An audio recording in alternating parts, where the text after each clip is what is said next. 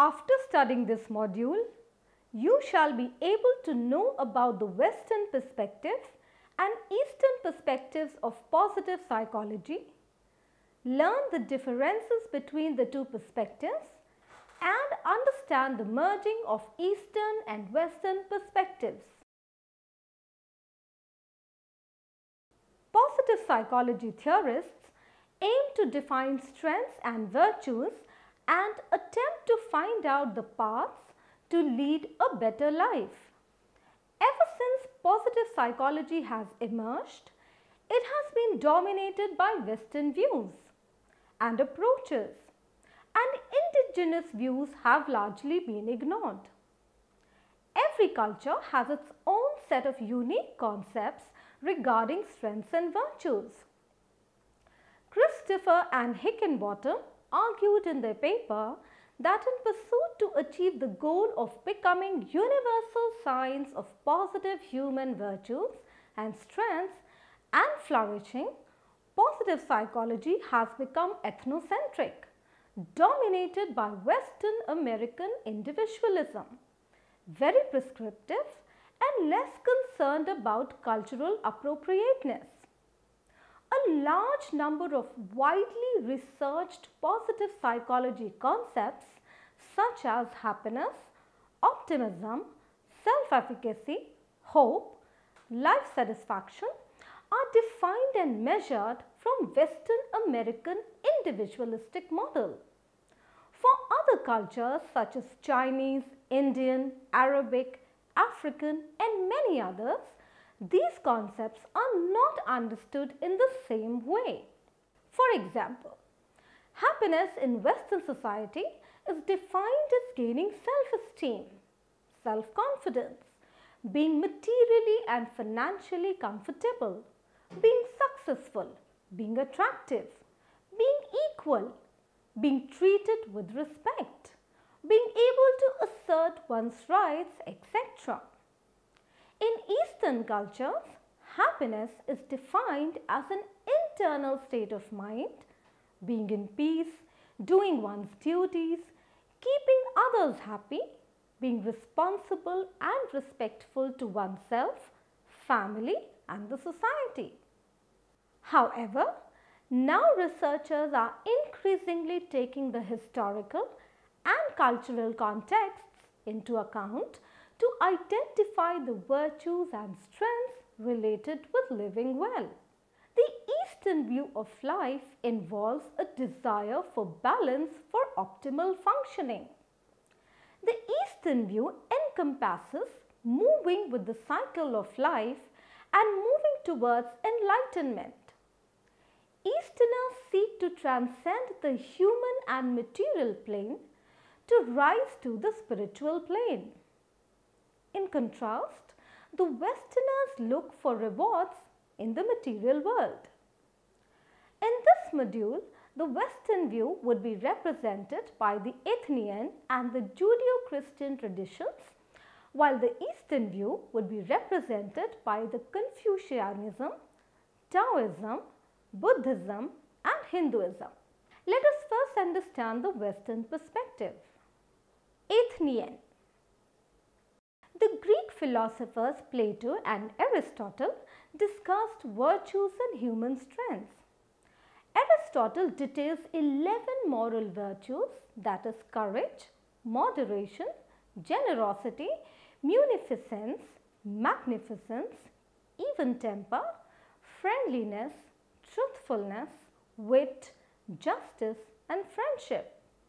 In addition to these, he also describes intellectual virtues mainly involving wisdom and believed that strength of character as inculcated by the political community would lead to enduring human excellence.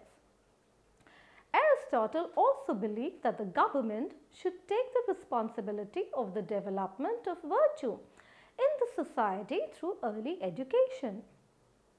The Judeo-Christianity perspective. The Bible contains discussion of virtues in many chapters and verses. In the Old Testament, the virtues of faith, hope and charity are highlighted. These were later discussed as part of the 7 heavenly virtues by Thomas Aquina. According to historians, Aquina lists these virtues as fortitude, justice, temperance, and wisdom, often called the cardinal virtues. Faith, hope, and charity. Similarly, other scholars also cite the 10 Commandments given by Moses in the Old Testament as directives for cultivating certain strengths within the Jewish tradition. Throughout the New Testament, other mentions are made of virtues and strengths. For instance, in the book of Proverbs, there are many mentions of virtuous behavior. The Proverbs mentioned instruct followers to lead a virtuous life. A special importance is given to the virtue of wisdom. The Talmud also gives instructions about living a virtuous life. Let us now understand the Eastern perspective. Confucianism. Confucius, or the sage, stated that leadership and education are central to morality. He emphasized morality as the cure for evils. The teachings are quite similar to those laid down by Aristotle and Plato regarding the responsibility of the leaders. Attaining virtue lies at the core of Confucian teachings. 5 main virtues laid down are Zhen, which is humanity; Yi, duty to treat others well; Li, which is etiquette and sensitivity for others' feelings; Zi, which is wisdom; and Zin, which is truthfulness. The power of Zhen stems from the fact that it was said to encapsulate the other 4 virtues. The concept of Yi describes appropriate treatment of others and can be defined as the duty to treat others well. The concept of Li promotes propriety and good manners, along with sensitivity for others' feelings. Finally, the ideas of Zi and Zin define the importance of wisdom and truthfulness, respectively. Confucian followers must strive to make wise decisions based on these 5 virtues and must be true to them as well. Continual striving for these virtues leads the Confucian follower to enlightenment or the good life. Taoism. Lao Tzu, the creator of the Taoist tradition, states that his followers must live according to the Tao, which is the way. Lao Tzu described the way in the following lines. The way can be spoken of, but it will not be the constant way. The name can be named, but it will not be the constant name. The nameless was the beginning of the myriad creatures. The named was the mother of the myriad creatures. Hence, constantly rid yourself of desires in order to observe its subtlety. But constantly allow yourself to have desires in order to observe what it is after. These two have the same origin but differ in name. They are both called dark, darkness upon darkness. The gateway to all is subtle. Tao is the energy that surrounds everyone and is a power that envelops, surrounds and flows through all things, according to Western Reformed Taoism. Understanding will flow from experiencing the way for oneself by fully participating in life.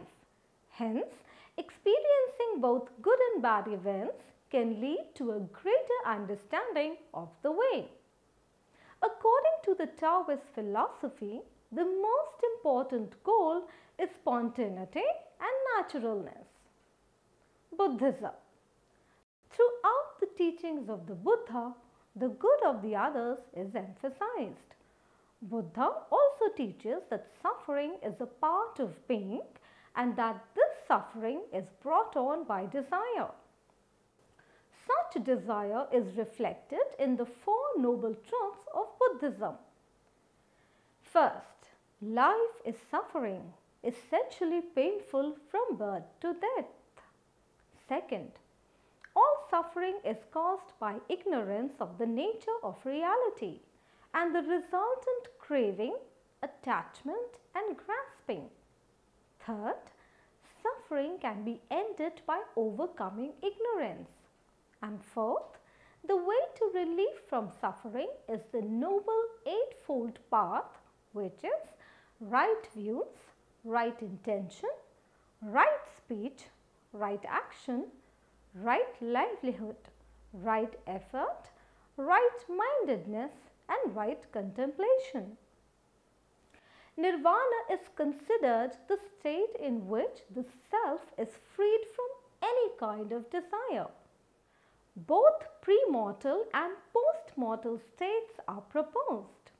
Buddhism gives a very important place to virtues. Brahmaviharas, which are the virtues above all others in importance, called as universal virtues by Peterson and Seligman. These virtues include love, which is Maitri, compassion, Karuna, joy, which is Mudita, and equanimity, which is Upeksha. Hence, the Buddhist philosophy entails dissociating from desire to put an end to suffering. Buddhism spread from India to China and also to other countries in Asia such as Korea, Japan, Thailand, Myanmar, which is Burma, Sri Lanka, Cambodia, Laos and Vietnam.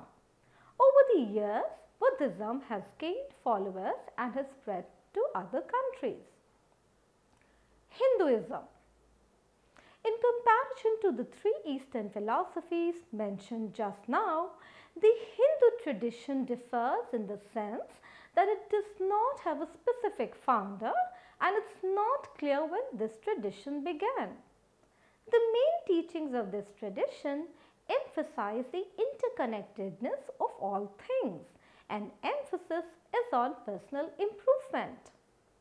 The goal is to live one's life correctly so that one can go to afterlife without repeating life's lessons in a reincarnated form. The quest of one's life is to attain ultimate self-knowledge and to strive for ultimate self-improvement. This is known as karma.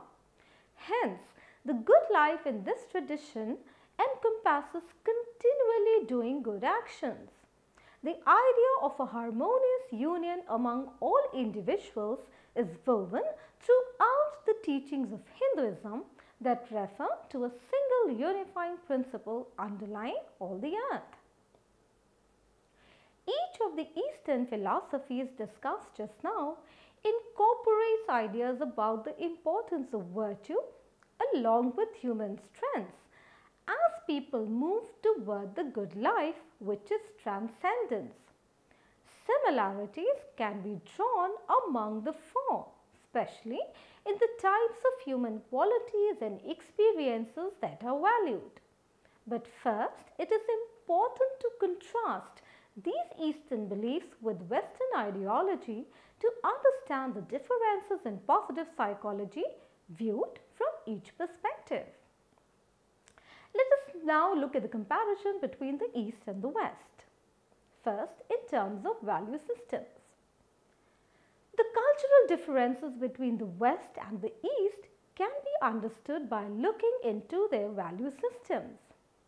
Most Western cultures are individualistic, while most Eastern cultures are collectivistic. In individualistic cultures, the individual is the main focus and competition and achievement are valued. Whereas in collectivistic cultures, the group is valued above the individual and cooperation is highly valued. This difference determines what is considered strength in a culture. For instance, Western cultures value autonomy and personal freedom. In contrast, this is not considered strength in Eastern cultures, where cooperation is given more importance. In collectivistic cultures, sharing and duty towards the group is highly prized. Emphasis is also given on going with the flow and avoiding conflict. This is also evident in the kind of stories prevalent in these cultures. In Western stories, the hero single-handedly fights evil, such as in Sleeping Beauty, Rapunzel, etc. Many stories also involve seeking personal gain rather than the gain of the community. The emphasis on the gain to the community and getting together to fight the devil is found in most Eastern stories. The second comparison can be made in terms of orientation to time. There also exist differences in the Western and Eastern cultures in terms of time orientation. Whereas the Western culture is more oriented to the future, the Eastern culture gives greater focus on respect for the past. Thought processes. Looking deeply into the thought processes of people in Western and Eastern cultures, some major differences can be seen. The Easterners have a more circular thinking style depicted by the Taoist figure of yin and yang symbol. The figure represents the circular and ever-changing nature of the world.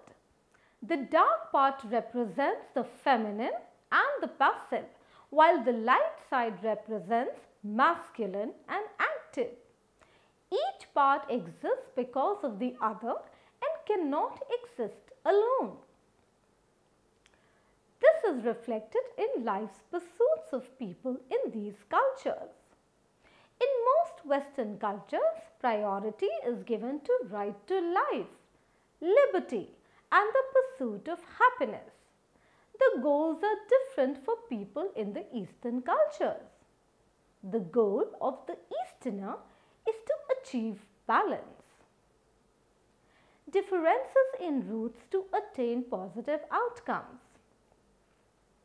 Differences also exist between Western and Eastern cultures in terms of the routes to attain positive outcomes. Westerners focus more on the individual goals, while Easterners focus more on group or community goals. Westerners focus more on hope, while Easterners focus more on compassion and harmony. Individualism and hope. Hope refers to the agentic, goal-focused thinking. It is deeply interwoven in the Western civilization. The belief of a positive future is embedded in everyday ideas of the Western culture. Collectivism, compassion and harmony. In the main Eastern philosophical traditions, compassion and harmony are repeatedly mentioned. The idea of compassion can be found both in Eastern and Western philosophical traditions. Cassell mentions three components of compassion. The difficulties of the recipient must be serious. The recipient's difficulties cannot be self-inflicted, and the observers must be able to identify the recipient's suffering. He describes compassion as a unilateral emotion directed outward from oneself. In Eastern cultures, harmony is considered to be crucial for happiness. The concept of nirvana in Buddhist teachings also refers to a state of harmony, balance, and equilibrium. Culture and the meaning of a good life. The conceptions of a good life are shaped by the ideals, values, and religious traditions of a particular culture. Hence, researchers in the area of positive psychology want to draw out universal principles from culture-specific ideas about the good life. Positive psychology recently moved from describing the meaning of a good life to exploring the ways and means to achieve it. Eastern philosophy offers a complete account in this regard. Eastern ideas of health and happiness and the ways suggested to achieve them represent a very important agenda in positive psychology. Some critics state that positive psychology lacks depth and takes a piecemeal approach to well-being. Let us now understand the indigenous psychologies. The indigenous psychologies approach emphasizes understanding rooted in the ecological, philosophical, cultural, political and historical context. It relies on qualitative, descriptive, exploratory and inductive methodologies. In comparison to ethic approach, it advocates bottom-up, model-building paradigm that examines generative capabilities of human beings in meaningful context. In the study of indigenous forgiveness in Hmong culture, Sandage, Hill and Wong discovered that there is no equivalent to forgiveness in native Hmong language, and they encountered a lot of difficulties in finding appropriate equivalent concepts to explain forgiving behavior in Hmong culture.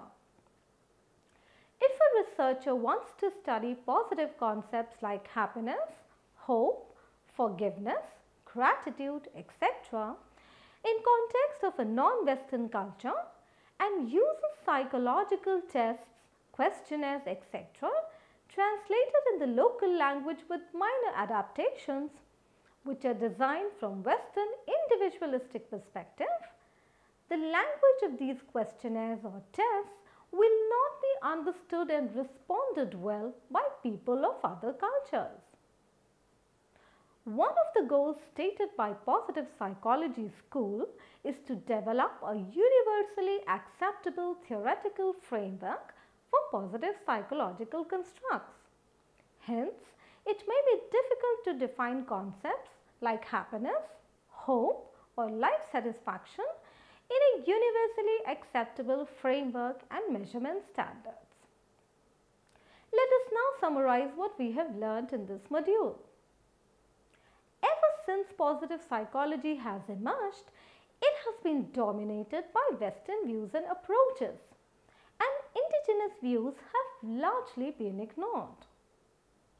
The Western perspective is represented by the Athenian and Judeo-Christianity traditions. The Eastern perspective is represented by Confucianism, Taoism, Buddhism and Hinduism. The cultural differences between the West and the East can be understood by looking into their value systems. Most Western cultures are individualistic, while most Eastern cultures are collectivistic. Looking deeply into the thought processes of people in Western and Eastern cultures, some major differences can be seen. Differences also exist between Western and Eastern cultures in terms of the routes to attain positive outcomes. The idea of compassion can be found both in Eastern and Western philosophical traditions. Researchers in the area of positive psychology want to develop a universally acceptable theoretical framework for positive psychological constructs. However, indigenous psychologies are also trying to come up.